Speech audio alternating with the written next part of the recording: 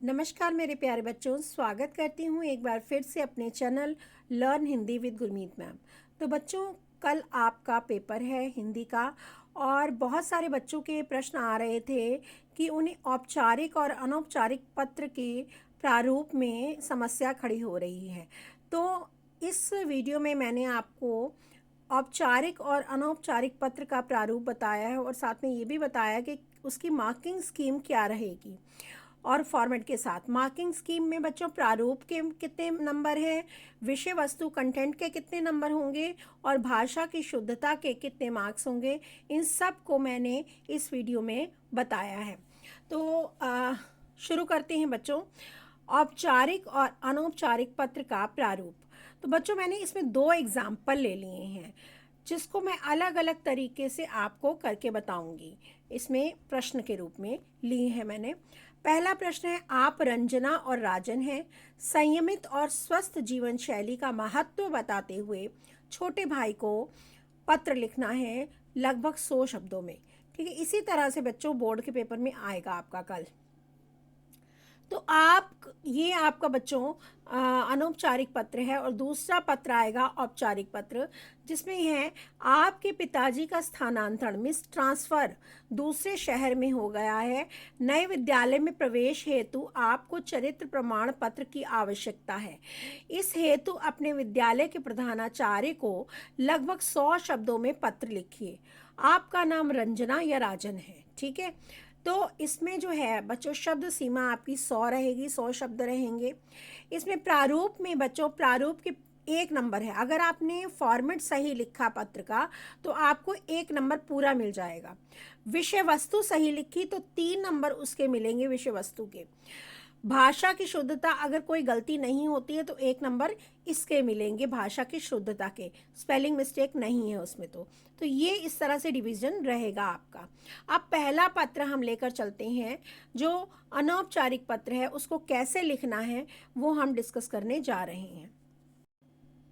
तो बच्चों, पहला जो प्रश्न था हमारा औपचारिक अनौपचारिक पत्र, उसको देखिए मैंने कैसे लिखा है। मैं आपको हर एक चीज़ इसमें बताऊंगी, ध्यान से सुनिएगा।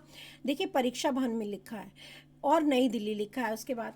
ठीक है, तो पहली जो लेफ्ट मोस्ट कॉर्नर आपको लेना है अपनी कॉपी में, उसमें आप लिखेंगे परीक्षा भवन और नई दिल्ली। देखिए, इसमें कुछ बच्चे क्या करते हैं, अपने घर का एड्रेस लिख देते हैं, तो वो आपको नहीं लिखना है। पहले एड्रेस लिखवाया जाता था, पहले जो प्रारूप आते थे कुछ साल पहले। अब परीक्षा भवन लिखते हैं बच्चे, तो आप भी परीक्षा भवन लिखेंगे।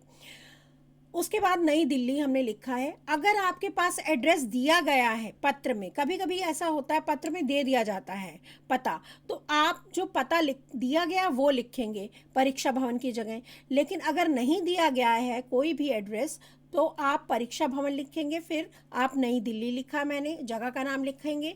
उसके बाद एक लाइन छोड़ करके दिनांक लिखेंगे। फिर आप एक लाइन फिर छोड़ेंगे। फिर आपने लिखा है प्रिय अनुज। जो भी आपका आपने अपने भाई के लिए पत्र लिखना है उसको बताते हुए। ठीक है, तो छोटे भाई को पत्र लिख रहे हैं तो आप उसको अनुज कह के संबोधित करेंगे। तो लिखेंगे प्रिय अनुज, स्नेह। स्नेह की जगह आप क्या लिख सकते हैं, मधुर स्मृतियाँ लिख सकते हैं। ठीक है, जो भी आपको अच्छा लगता है, जो आसान लगे वो आप लिख सकते हैं यहाँ पर। फिर अब मैंने इस पूरे पत्र को 3 पैराग्राफ में लिखा है। तो आप ये बात समझ लीजिए कि आपको पत्र चाहे औपचारिक आए चाहे अनौपचारिक आए, आपको 3 पैराग्राफ में ही लिखना है, 3 अनुच्छेद में लिखना है। तो देखिए किस तरह से मैंने लिखा है इसको। प्रिय अनुज, स्नेह। ठीक है, उसके जस्ट बात शुरू कर दिया, कोई लाइन नहीं छोड़ी है।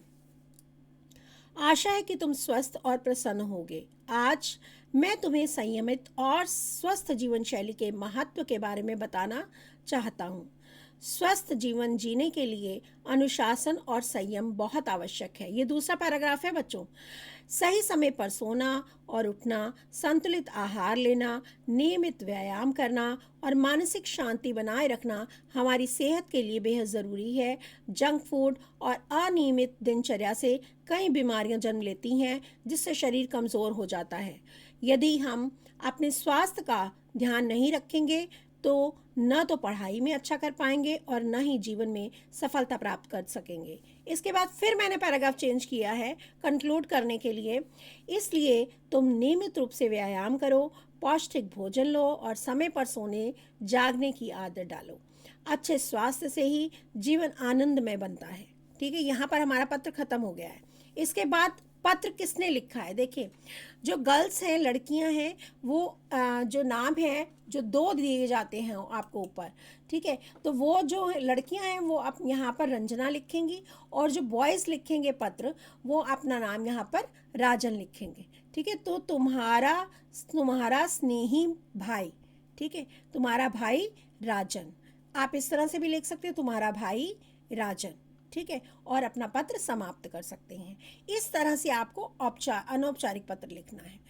अब बच्चों आगे बढ़ते हैं औपचारिक पत्र की तरफ। तो औपचारिक पत्र में बच्चों हमारे पास जो विषय था उसमें ये था कि चरित्र प्रमाण पत्र के लिए विद्यालय के प्रधानाचार्य को पत्र लिखना है।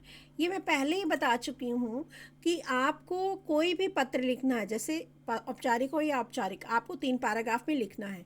तो जो फॉर्मेट मैंने यहाँ पर दिया है इसको देख लेते हैं। तो सबसे पहले परीक्षा भवन लिखना है आपको और नई दिल्ली। अब मैंने यहाँ पर फिर परीक्षा भवन लिखा। अगर मैं फिर से कह रही हूँ, अगर आपको एड्रेस पता दिया है उसमें पत्र में तो आप वहीं लिखेंगे, और अगर नहीं दिया तो आप सिर्फ और सिर्फ परीक्षा भवन लिखेंगे और जगह का नाम लिखेंगे नई दिल्ली, या कुछ भी आप लिख सकते हैं जहाँ आप रहते वहाँ उसको भी लिख सकते हैं। ठीक है, फिर उसके बाद एक लाइन छोड़ेंगे, दिनांक लिखेंगे। फिर आप यहाँ पर दिनांक आप हिंदी इंग्लिश दोनों में लिख सकते हैं, कोई इसके मार्क्स नहीं कटेंगे आपके। फिर आपको एक लाइन छोड़नी है और फिर आप जिसको पत्र लिख रहे हैं, अब यहाँ पर हम प्रधानाचार्य को लिख रहे हैं तो हम लिखेंगे सेवा में प्रधानाचार्य महोदय, वायु सेना विद्यालय और गोरखपुर। तो 4 लाइन में हमने ये संबोधन पूरा किया है। ठीक है, आप यहाँ पर अपने विद्यालय का नाम लिख सकते हैं और जगह का नाम। देन आप एक लाइन लीव करेंगे, एक लाइन छोड़ेंगे, फिर आप विषय लिखेंगे। अब विषय क्या था हमारा, चरित्र प्रमाण पत्र प्रदान करने हेतु पत्र, चरित्र प्रमाण प्राप्त करने के लिए पत्र लिख रहे हैं। ठीक है, रिक्वेस्ट कर रहे हैं उसकी। अब यहाँ पर आगे लिखेंगे महोदय, फिर उसके जस्ट नीचे से स्टार्ट करेंगे। बिल्कुल विनम्र निवेदन है, मेरे पिताजी का स्थानांतरण अन्य शहर में हो गया है, जिसके कारण मुझे अपने नए विद्यालय में प्रवेश लेना है। प्रवेश की प्रक्रिया के लिए मुझे आपके द्वारा जारी किया गया चरित्र प्रमाण पत्र आवश्यक है। अब बच्चों यहाँ पर पहला पैराग्राफ, पहला अनुच्छेद कंप्लीट हो गया। मैंने फिर कहा है 3 अनुच्छेद। ठीक है, दूसरे अनुच्छेद पर आएंगे। मैं आपके विद्यालय का एक अनुशासित, अब क्यों उन्हें चरित्र प्रमाण पत्र, कैरेक्टर सर्टिफिकेट कैसे, किन बेसिस पर मिलेगा, तो वो बता रहा है कि मैं आपके विद्यालय का एक अनुशासित और नियमित छात्र रहा हूँ तथा अध्ययन के साथ साथ सह पाठ्यक्रम गतिविधियों में भी सक्रिय रूप से, सह पाठ्यक्रम गतिविधियाँ को करिकुलर एक्टिविटीज़ में भी सक्रिय रूप से भाग लेता रहा हूँ। कृपया मुझे जल्द से जल्द चरित्र प्रमाण पत्र प्रदान करने की कृपा करें, जिससे मैं अपनी आगे की शिक्षा सुचारू रूप से जारी रख सकूं। ठीक है, दूसरा पैराग्राफ हो गया। देन तीसरे पैराग्राफ में आइए, आशा करता हूँ कि आप मेरी इस समस्या का समाधान शीघ्र करेंगे। आपकी कृपा के लिए मैं सदैव आभारी रहूँगा। अब यहाँ पर बच्चों फिर से मैं बता दूँ आपको, आपका आज्ञाकारी छात्र, यहाँ पर छात्र लिख रहा है तो आपकी आज्ञाकारी छात्र लिखेंगे। आपकी अगर छात्रा लिख रही है तो आपकी आज्ञाकारिणी छात्रा रंजना, जो नाम दिया है आप वहीं लिखेंगे। तो पत्र के प्रश्न को ध्यान से पढ़ना है, क्योंकि उसी में आपको किसको लिखना है पत्र, कौन आपका संबोधन बनेगा और कौन लिख रहा है और किसके द्वारा लिखा जा रहा है, ये वहीं से आपको पता चलेगा। ठीक है, तो ये तो हुआ पत्र का फॉर्मेट। तो देखिए विषय जो है आपका कोई भी रहेगा, जैसे सपोज आप इसमें बच्चों औपचारिक पत्र में संपादक को पत्र आ सकता है, जिलाधिकारी को आ सकता है, नगर पालिका को आ सकता है, बिजली विभाग को आ सकता है। तो कोई भी पत्र यहाँ पर आ जल विभाग को लिख सकते हैं। तो इस तरह के पत्र जो है औपचारिक पत्र में आ सकते हैं। विद्यालय के प्रधानाचार्य को, कक्षा अध्यापक को, किसी को भी लिखने के लिए ये पत्र आ सकता है। तो ये हो गया पूरा आपका औपचारिक पत्र का फॉर्मेट, जो 3 पैराग्राफ में लिखना था। चाहे औपचारिक हो या अनौपचारिक, आपको आपको 3 पैराग्राफ में पत्र लिखना है, 3 अनुच्छेद देने हैं पत्र के। ठीक है, तो उम्मीद करती हूँ कि आपको ये पत्र का फॉर्मेट समझ में आ गया होगा। अब आप इस पत्र के फॉर्मेट को याद कर लीजिए और इसी को कल आपको ऐसे ही लिखना है। ठीक है, और अगर यदि आपने इस तरह से पत्र लिखा तो आपको पूरे मार्क्स मिलेंगे। ठीक है, तो इसी के साथ मैं आपसे विदा लूँगी और उम्मीद करती हूँ कि आपकी कल की परीक्षा बहुत अच्छी हो, आपकी कोई गलती ना हो, आपको पढ़ा हुआ सब मिले।